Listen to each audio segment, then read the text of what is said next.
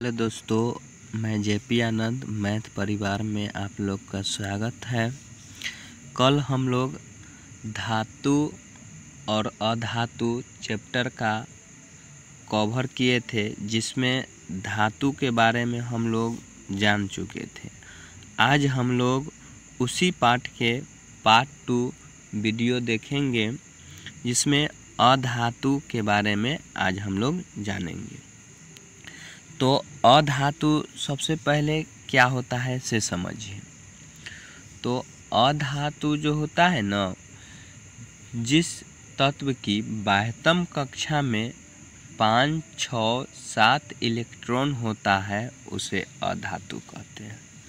तो याद हो गया होगा आप लोग के, जिस तत्व की बाह्यतम कक्षा में 5, 6, 7 इलेक्ट्रॉन होता है उसे अधातु कहते हैं।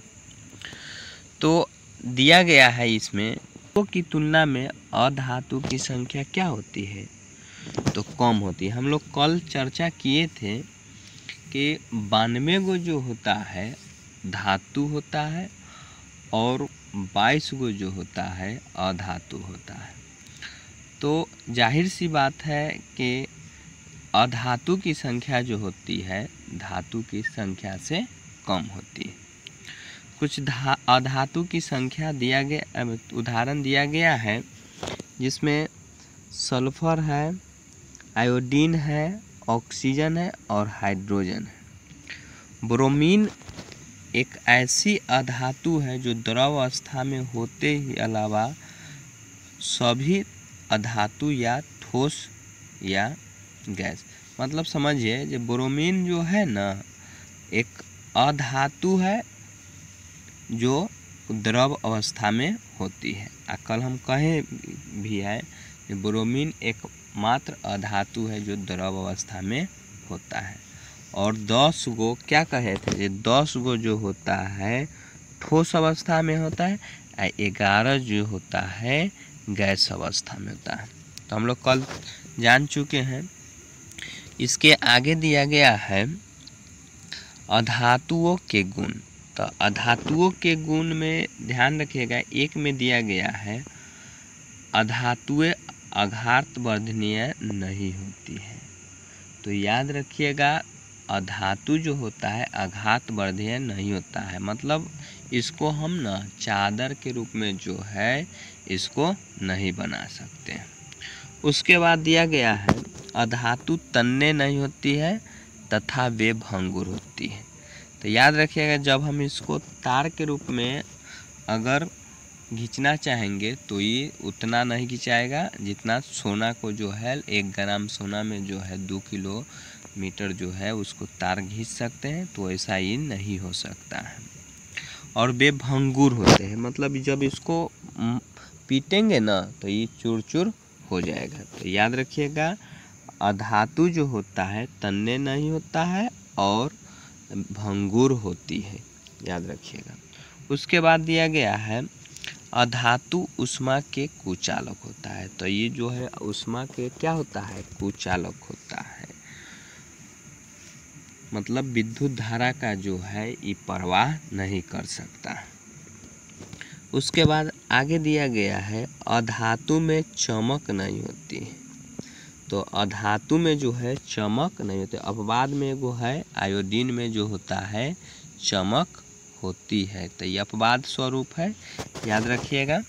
तो अधातु में क्या नहीं होता है, तो चमक नहीं होता है, यह विद्युत के कुचालक नहीं होता है और यह तन्य नहीं होता है, आघात वर्धनीय भी नहीं होता है।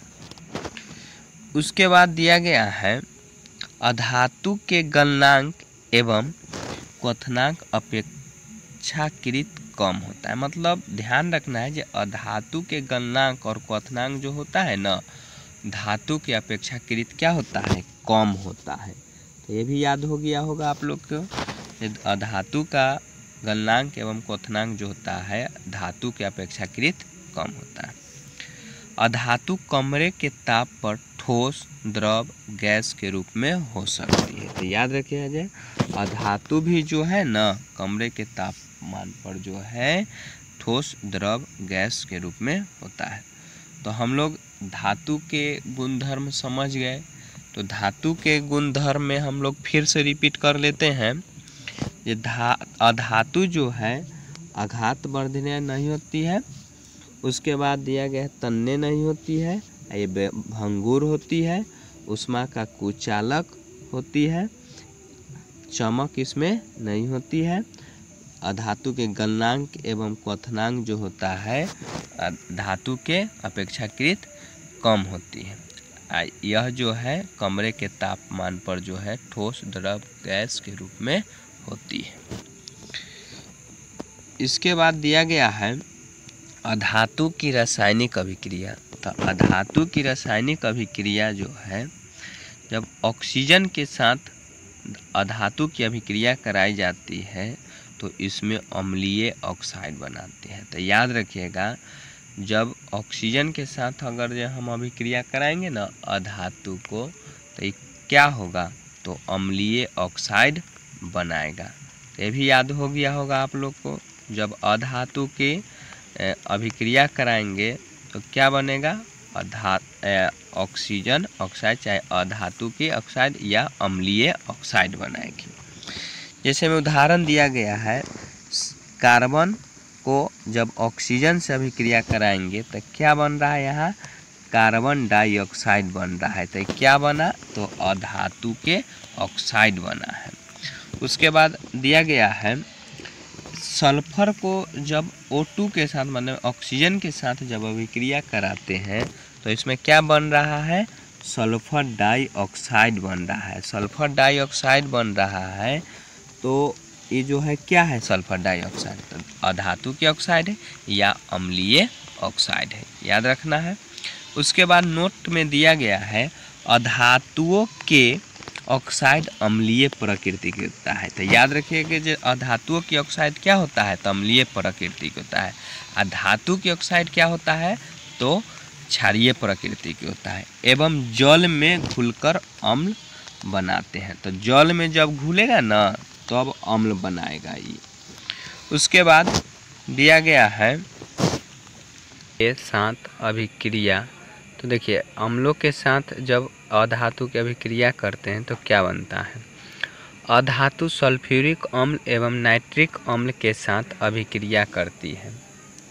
तो उसमें जब सल्फ्यूरिक मतलब सल्फर को जब सल्फ्यूरिक अम्ल के साथ जब अभिक्रिया कराई जाती है तो यहाँ जो है सल्फर डाइऑक्साइड का निर्माण होता है और प्लस में जल का भी निर्माण होता है। तो समझ गए होंगे कि जो अधातु को जब सल्फ्यूरिक अम्ल के साथ अभिक्रिया कराते हैं तो क्या चीज़ का निर्माण होता है, तो सल्फर डाइऑक्साइड का निर्माण होता है और जल का निर्माण होता है। इसके आगे दिया गया है जब फास्फोरस को नाइट्रिक अम्ल के साथ अभिक्रिया कराते हैं तो यहाँ क्या बन रहा है इसे समझिए। तो यहाँ जो है यहाँ बन रहा है फॉस्फेट अम्ल माने फास्फोरिक अम्ल जो है यहाँ बन रहा है और फास्फोरिक अम्ल के साथ साथ जो है NO2 कहने का मतलब क्या बनता है, NO2 के मतलब नाइट्रोजन ऑक्साइड और जल भी जो है साथ साथ बन रहा है। उसके बाद 3 में दिया गया है क्लोरीन के साथ अभिक्रिया। तो क्लोरीन के साथ अभिक्रिया कराते हैं ना तो अधातुओं क्लोरीन के साथ अभिक्रिया करके क्लोराइड बनाता है। तो देखिए इसमें दिया गया है सल्फर को जब क्लोरीन के साथ अभिक्रिया कराते हैं तो यहाँ क्या बन रहा है, तो सल्फर मोनोक्लोराइड बन रहा है। तो क्या बना, सल्फर मोनोक्लोराइड। अब हाइड्रोजन के साथ अभिक्रिया, तो देखिए हाइड्रोजन से अभिक्रिया करेगा तो तब सबसे रखिएगा हाइड्रोजन को जब अधातु के साथ अभिक्रिया कराते हैं तो क्या बनाता है, तो सहसंयोजक हाइड्राइड बनाती है। तो यहाँ देखिए दिया गया है यहाँ अधातु के रूप में क्या दिया गया है, सल्फर दिया गया है, यहाँ भी जो है गैस के रूप में जो है हाइड्रोजन दिया गया है। गैस अधातुए है, ये हाइड्रोजन जो है ना अधातु है। अधातु है तो अधातु हम उस दिन बताए हैं कल बेला में कि जो 22 गो टोटल अधातु है, तो जिसमें ठोस अवस्था में 10 गो रहता है, गैस अवस्था में 11 गो, एगो जो होता है द्रव अवस्था में क्या चीज़, ब्रोमीन। तो ये अधातुए है हाइड्रोजन जो गैस अवस्था में रहता है। तो जब इसको साथ अभिक्रिया कराते हैं ना सल्फर को, तो यहाँ क्या बन रहा है, H2S बन रहा है। तो याद रखिएगा, जब हाइड्रोजन को सल्फर के साथ अभिक्रिया कराएंगे तो हाइड्रोजन सल्फाइड यहाँ निर्माण होता है। उसके बाद दिया गया है उस उत्कृष्ट गैसों के नाम। तो देखिए उत्कृष्ट गैसों का नाम कौन कौन होता है, तो हीलियम होता है, नियॉन होता है, आर्गन होता है, और क्रिप्टन होता है, जेनॉन होता है, और रेडॉन होता है। याद रखिएगा कौन कौन हम कहें, helium, neon, argon, xenon, krypton, radon. तो याद रखिएगा कौन कौन कहें, 6 गो होता है। कौन कौन, helium, neon, argon, krypton, xenon और रेडॉन। उसके बाद द्रव अवस्था में पाए जाने वाले धातु। तो द्रव अवस्था में पाए जाने वाला धातु जो है कौन है, तो मरकरी है। और अधातु की अगर जो चर्चा करेगा तो कौन होगा, तो याद रखिएगा ब्रोमीन होता है। ऐसी धातु जिन्हें हथेली पर रखने पर पिघलने लगता है। तो याद रखिएगा जब हथेली पर रखते हैं ना हम लोग गैलियम को और सीजियम को, तो ये जो है पिघलने लगता है। तो खास करके आप लोग को हमेशा ऑप्शन में देगा गैलियम में, सीजियम कभी कभी रहता है। तो याद रखिएगा सीजियम भी जो होता है जिसको हम हथेली पर रखते हैं ना, तो वो जो है इतना कम उसका जो होता है, क्या होता है, गलनांक, जो तुरंत गलने लगता है। उसके बाद है ऐसी अधातु जो चमकीले होते हैं। तो हम लोग कल भी चर्चा किए हैं, जो अधातु में एगो अपवाद है, जो आयोडीन जो है चमकीला होता है। आगे ऐसी अधातु जो विद्युत के सुचालक होता है। हाँ, तो विद्युत के सुचालक जो होता है ग्रेफाइट होता है। तो याद रखिएगा ऐसे समानता जो है ना अधातु जो है ना विद्युत के सुचालक ही होता है, लेकिन एगो अपवाद में जो है ग्रेफाइट। ग्रेफाइट जो है किसका अपरूप है, तो कार्बन के अपरूप है। अब क्षारीय धातु, तो क्षारीय धातु याद रखिएगा लिथियम है, सोडियम है, पोटेशियम है। कहने का मतलब जो है समूह 1 के तत्व जो होता है ना वो क्षारीय धातु होता है। और समूह 2 के तत्व माने पीरियोडिक टेबल जब आप लोग पढ़िएगा तो उसमें हम पढ़ाएंगे समूह 1 के तत्व को क्षारीय धातु कहते हैं, समूह 2 के तत्व को क्या कहते हैं, क्षारीय मृदा धातु। आज सबसे लास्ट वाला जो 0 होता है उसको उत्कृष्ट गैस, अनंत दुर्लभ गैस। 17 वाला को हाइड्रोजन कहते हैं। 3 से लेके जो 12 तकला जो होता है उसको संक्रमण धातु कहा जाता है। उसके बाद 14 जो देख रहे हैं, 14 जो 13 जो होता है, 13 सिक्का धातु होता है, सिक्का बनाने में उसका काम आता है। उसके बाद होता है निकोजेन होता है, उसके बाद चाल्कोजेन होता है। तो इस तरह से हम लोग पीरियोडिक टेबल में देखेंगे। उसके बाद दिया गया है अपरूपता। तो हम लोग अपरूपता अब समझते हैं ये क्या होता है। तो कार्बन ऐसी अधातु है जो विभिन्न रूपों में पाई जाती है, ऐसे रूप को हम अपरूप कहते हैं। हाँ, तो कार्बन ही नहीं मतलब और है जो उसका विभिन्न रूप होता है। तो माने इसका मतलब परिभाषा कैसे याद रखना है ऐसे समझिए। परिभाषा आप लोग ऐसे याद करते जो ऐसा तत्व जिसका अनेकों रूप होता है उसको क्या कहते हैं, अपरूप कहते हैं। तो जैसे कार्बन के अपरूप याद रखिएगा कौन कौन होता है, तो ग्रेफाइट होता है, हीरा होता है, चारकोल होता है, लकड़ी के जो बनता है कोयला होता है, सब कार्बन के जो है अपरूप है। तो इसमें दिया गया है ये हीरा कार्बन का एक अपरूप है। तभी तुरंत हम बोले हैं जो यह सबसे कठोर एवं प्राकृतिक तत्व है। तो याद रखिएगा सबसे कठोर भी है, प्राकृतिक तत्व है।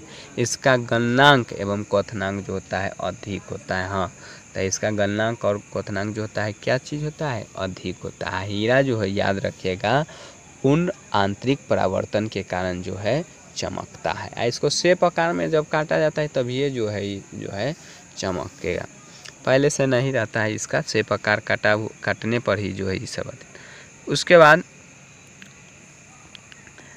दिया गया है कार्बन का एक अन्य अपरूप भी जो है ग्रेफाइट है, जो विद्युत के सुचालक है। तो याद रखिएगा हीरा जो होता है विद्युत के कुचालक होता है और ग्रेफाइट जो होता है विद्युत के सुचालक होता है। तो याद हो गया होगा आप लोगों को, जो हीरा जो होता है क्या होता है, तो विद्युत के क्या होता है, कुचालक होता है, और ग्रेफाइट जो होता है विद्युत के सुचालक होता है। उसके बाद है, हाँ तो हम लोग वीडियो को यहाँ ही रोकते हैं। इसके बाद जो है हम लोग ना कल जो है इसका पार्ट 3 वीडियो देखेंगे। थैंक यू, धन्यवाद। अगर वीडियो आप लोग को अच्छा लगा होगा तो दोस्तों के साथ शेयर करें और कमेंट करना नहीं भूलें। अगर मेरी तरफ से अगर जो मान लेते हैं जो कुछ भी गड़बड़ होगा तो उसको आप कमेंट में बोल सकते हैं, चाहे लिख कर भेज सकते हैं जो हाँ आप यहाँ गलती किए हैं, चाहे कुछ ना कुछ तो रहबे करता है त्रुटि। तो ये आप अपना मतलब देख लीजिएगा। थैंक यू, धन्यवाद।